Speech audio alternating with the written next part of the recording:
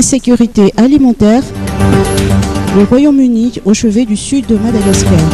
Le Royaume-Uni apporte un soutien financier additionnel de 2,16 millions de dollars en faveur des populations du sud de Madagascar via le PAM, qui permettra d'assister alimentairement près de 100 000 personnes des localités les plus affectées par la sécurité alimentaire. La représentante du PAM à Madagascar, Pascalina Sidiorio, a indiqué qu'une amélioration significative de situation de la malnutrition a été constatée depuis peu, mais il faudrait redoubler d'efforts afin de renforcer la résilience. Plus de détails dans cet extrait. Quelques productions cette année, comparées à l'année passée, qui c'était vraiment nul, disons, c'était néant. Mais les acquis qu'on a fait, soit au niveau de la malnutrition et soit au niveau de la sécurité alimentaire, ils sont vraiment très légers, très peu pour pouvoir s'arrêter, disons. Donc la malnutrition continue encore d'atteindre les enfants du sud de Madagascar. On a presque 500 000 enfants qui se trouvent dans une situation de malnutrition modérée, et dont il y en a 100 000 qui peuvent être dans une situation aiguë et sévère. Donc l'effort doit se faire, doit se continuer, parce que ce qui a été fait, c'est juste une petite graine, si vous voulez. On a évité, comme on a dit, la catastrophe, disons, parce qu'on avait l'année passée, si vous vous souvenez, on avait presque 50 000 personnes qui étaient dans une situation de famine, qui pouvaient passer à une situation de famine grave. Mais ça, grâce à l'aide justement des pays comme le Royaume-Uni et d'autres partenaires, on a pu éliminer ce risque, que c'est important. Aussi, on a réduit le nombre de gens qui sont à IPC 4, on les appelle dans le niveau de insécurité alimentaire grave, que c'est au niveau 4. Donc là, on a un défi sur la partie en sécurité alimentaire sérieux. Donc c'est plus de 1 900 000 personnes, comme on a dit, et qui sont toujours dans une situation critique et qu'il faut les soutenir pour ne pas que ça détériore et les amener, si possible, à un niveau inférieur de risque. Et donc, pour aller dans la malnutrition, en particulier, le PAM est en train de travailler beaucoup sur la prévention.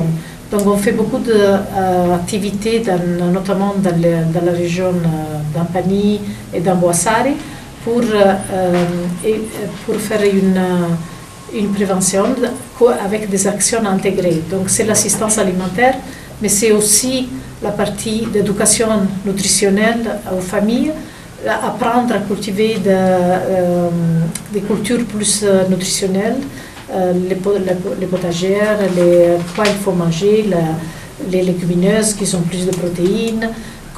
Donc c'est couplé, c'est intégré, c'est un développement rural, disons, au niveau des familles qu'on est en train de faire. Et je pense que si l'ambassadeur a eu l'occasion de voir même, non, lors de votre mission à Istanbul, vous me disiez.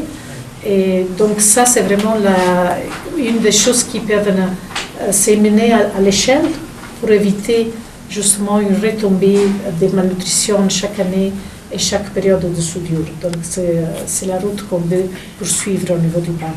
Quant à l'ambassadeur du Royaume-Uni à Madagascar, son Excellence M. David Ashley, il a souligné que son pays est heureux de contribuer à l'amélioration des conditions de vie des populations du sud malgache. Il a rappelé que les premiers apports du Royaume-Uni avaient permis d'atténuer les effets de la sécheresse et d'éviter une catastrophe nutritionnelle l'année dernière. Formation professionnelle, Institut d'excellence culinaire Guillaume Gomez. Le président de la République Andrade l'a inauguré dimanche dernier l'Institut d'excellence culinaire Guillaume Gomez, ou IECGG, situé dans le village Akamaso du Père Pedro OPK à Mboumaïns, fruit de la collaboration avec la Fondation École de Félix. L'IECGG le formera gratuitement les jeunes défavorisés de la Kamasu au métier de la gastronomie. La formation sera sanctionnée d'un diplôme reconnu par l'État malgache. Le président Andrade a loué cette initiative qui contribuera à forger les jeunes à devenir des citoyens modèles, aptes à assumer pleinement leur avenir et celui de la nation.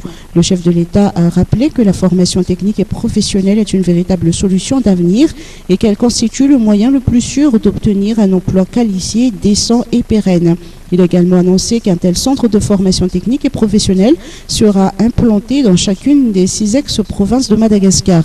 Guillaume Gomez, élu meilleur ouvrier de France, chef des cuisines du Palais de l'Élysée au service de 4 présidents de la République française pendant 25 ans, a été nommé en 2021 ambassadeur de France pour la gastronomie et représentant personnel du président Emmanuel Macron auprès des filières alimentaires. Beach soccer mondial, Libéria à la 73e place.